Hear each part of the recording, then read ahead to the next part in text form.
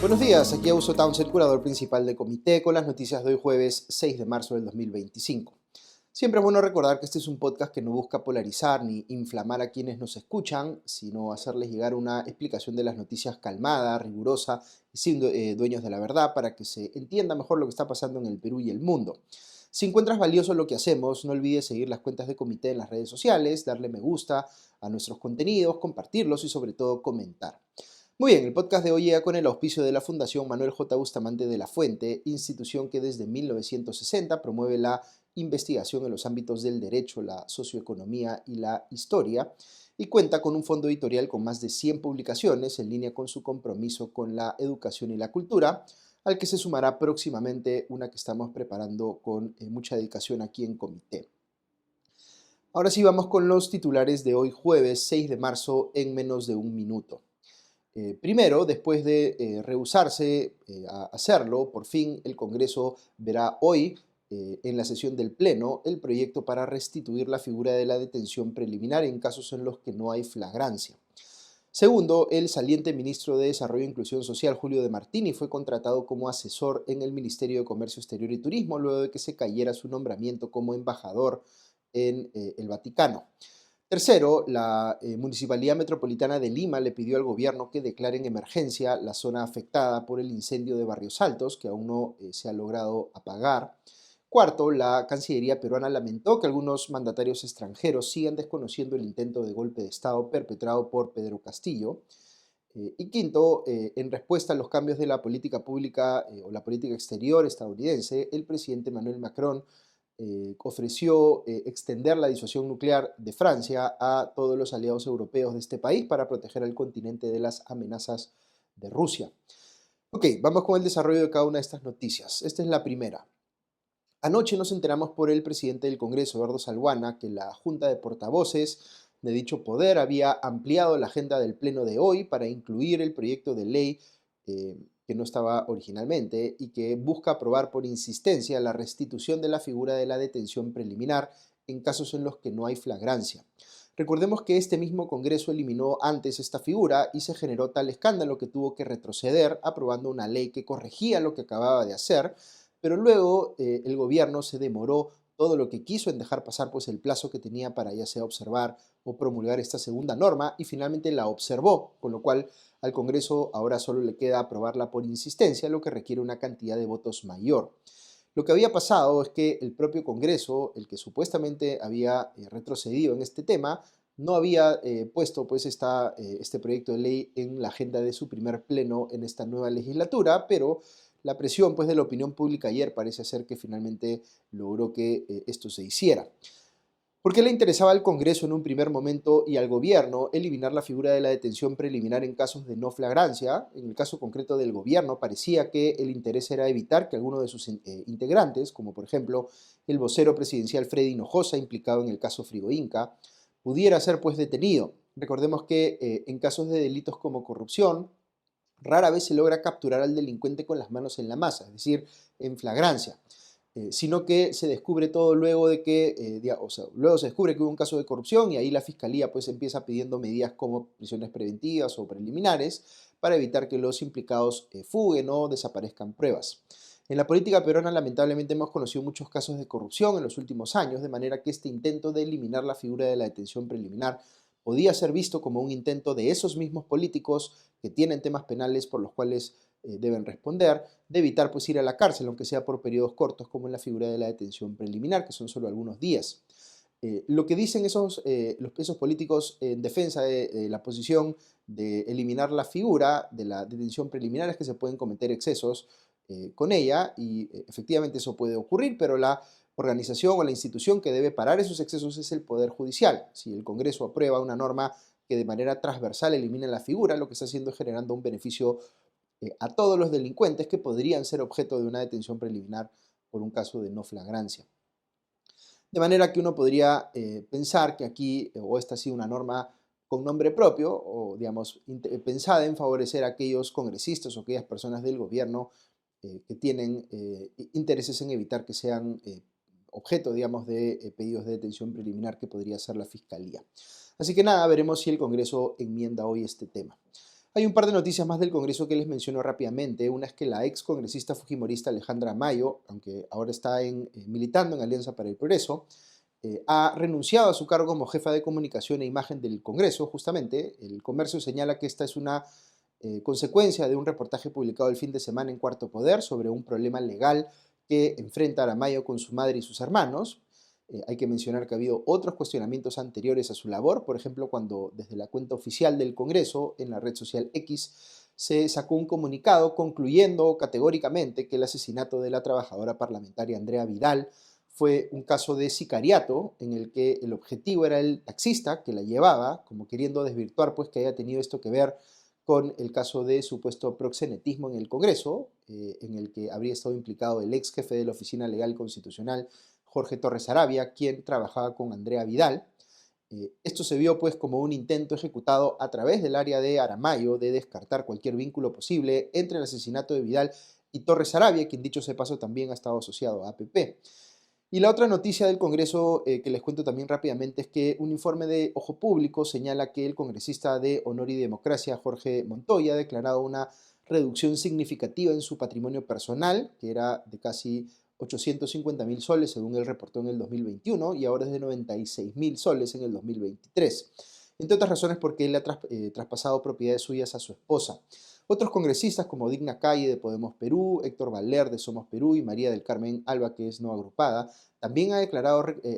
declarado reducciones significativas en sus patrimonios. Hay variaciones aquí que son difíciles de explicar. Uno podría pensar mejor que reduzcan su patrimonio a que lo aumenten, porque lo segundo podría evidenciar que están obteniendo ingresos irregulares.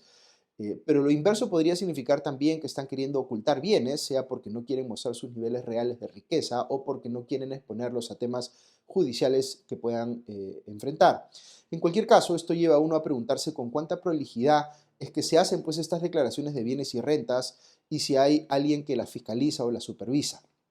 Segunda noticia.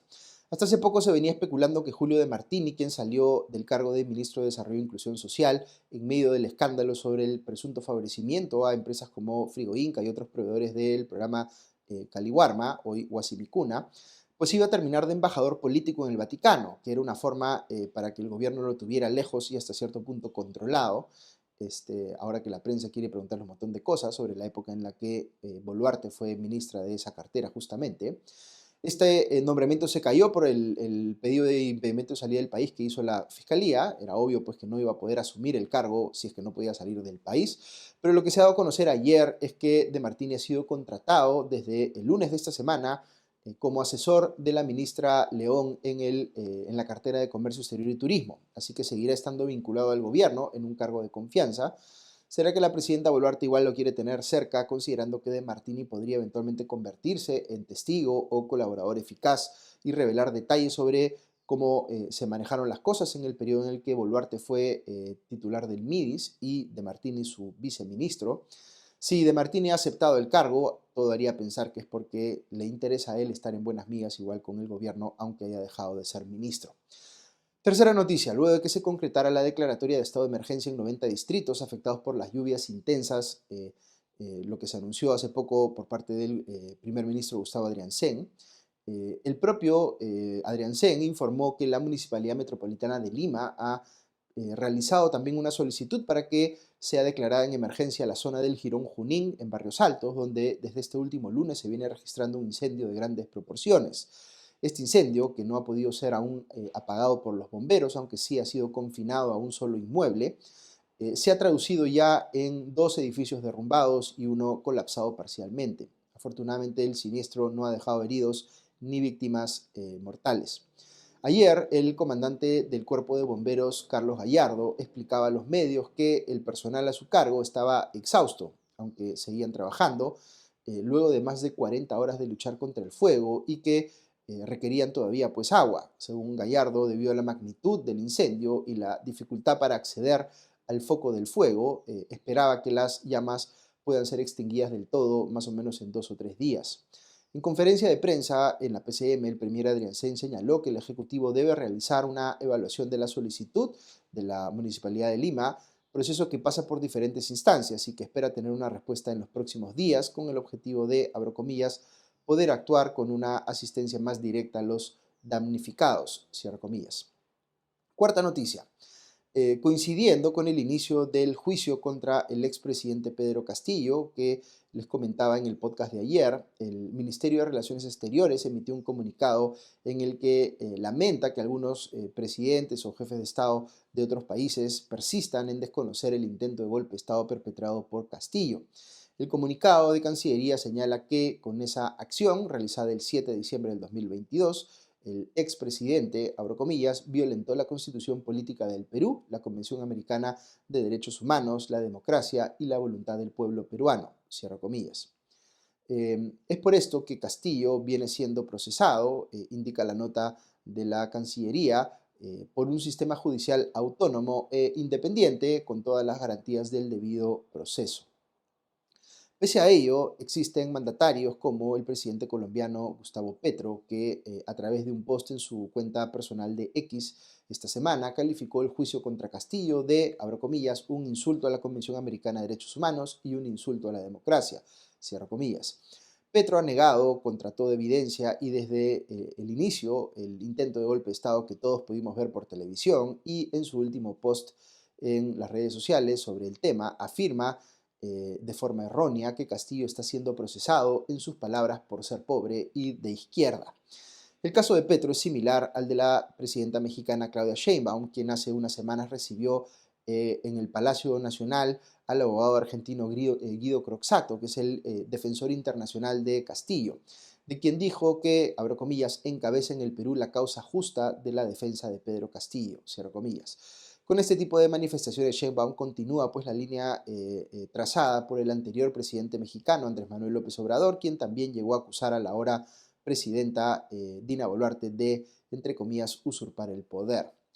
Quinta noticia. En respuesta a los cambios en la política exterior estadounidense, el presidente francés Emmanuel Macron ofreció extender la disuasión nuclear de su país a todos sus aliados europeos para proteger al continente de las amenazas de Rusia. En un discurso grabado, Macron anunció que decidió abrir el debate estratégico para ampliar su escudo nuclear al resto de sus aliados en Europa, aunque clarificó que la decisión final sobre el uso de ese tipo de armas siempre estará en manos francesas. Como algunos de ustedes saben, Francia es la única potencia nuclear en la Unión Europea y hace poco el ganador de las elecciones de Alemania, Friedrich Merz, pidió que los franceses e ingleses compartieran su disuasión nuclear, considerando el riesgo que tienen pues, de los rusos. El presidente francés también instó a digamos, o consideró importante que Europa aumente su gasto en defensa y dijo que el futuro del continente no tiene que ser decidido en Moscú o en Washington. Además, Macron apuntó contra Rusia y su líder Vladimir Putin, acusándolo de ser una amenaza para Francia y para Europa, y enumeró las tantas agresiones del Kremlin contra el continente, como el asesinato de opositores políticos, ciberataques, interferencia en elecciones, campañas de desinformación y, por supuesto, la invasión de Ucrania en el 2022, entre otras cosas. Este contundente mensaje del mandatario francés llega después del cambio de posición estadounidense respecto a la guerra en Ucrania y a su compromiso con la seguridad de Europa. Hace unos días el gobierno de Trump suspendió la ayuda militar que se le brindaba a Ucrania y ayer cortó el intercambio de inteligencia con los ucranianos. A raíz de estos cambios en la política exterior estadounidense, los gobiernos europeos vienen poniendo o proponiendo formas de fortalecerse y garantizar su seguridad a corto plazo y a largo plazo, en especial frente a la amenaza de Rusia sin la ayuda estadounidense. Sobre esto último, Macron manifestó su deseo de que Estados Unidos siga apoyando a Europa, pero advirtió que hay que prepararse por si no fuera el caso. Y luego de los mensajes de los últimos días, todo hace parecer que los líderes europeos se vienen preparando para ese futuro sin considerar el apoyo estadounidense. Ok, hasta aquí las noticias de hoy, pero si quieren escuchar unos minutos más, quisiera compartirles una reflexión personal.